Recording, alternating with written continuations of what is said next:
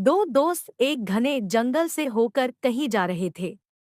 दोनों काफी गहरे दोस्त थे और अपनी दोस्ती को लेकर दोनों ही बातें करते हुए जा रहे थे। जंगल बहुत ही घना था। उनमें से एक दोस्त डर रहा था, लेकिन उसके साथी मित्र ने कहा कि मेरे होते हुए तुम्हें डरने की कोई जरूरत नहीं। मैं तुम्हारा सच्चा और अच्छा मित्र हूँ। इतने में ही सामने से ही बहुत ही बड़ा भालू उन्हें नजर आया। जो दोस्त कह रहा था कि मैं अच्छा मित्र हूँ, वो भालू को देखते ही भाग खड़ा हुआ। दूसरा मित्र कहता रहा कि मुझे छोड़कर मत भागो, लेकिन वो भागते हुए एक पेड़ पर चढ़ गया। यह देख उसका मित्र और भी डर गया, क्योंकि वो पेड़ पर चढ़ना नहीं जानता था।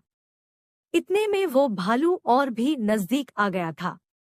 जब वो बेहद करीब आने लगा तो दूसरे मित्र के पास कोई चारा नहीं रहा और वो वहीं नीचे जमीन पर आंखें बंद करके लेट गया। पेड़ पर चढ़ा मित्र यह सारा नजारा देख रहा था और वो सोचने लगा कि ऐसे तो यह मर जाएगा। इतने में ही वो भालू नीचे लेटे मित्र के करीब आकर उसे देखने लगा।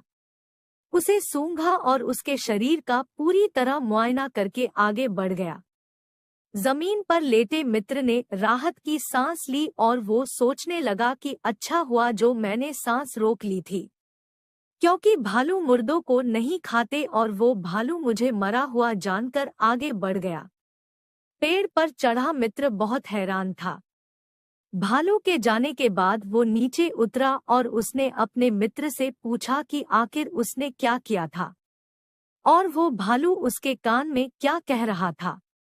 मुर्दा होने का नाटक कर रहे मित्र ने कहा कि भालू ने मेरे कान में कहा कि बुरे वक्त में ही सही दोस्तों की पहचान होती है, इसलिए कभी भी ऐसे दोस्तों के साथ मत रहो, छोड़कर भाग जाएं और जो वक्त पर काम ही न आए।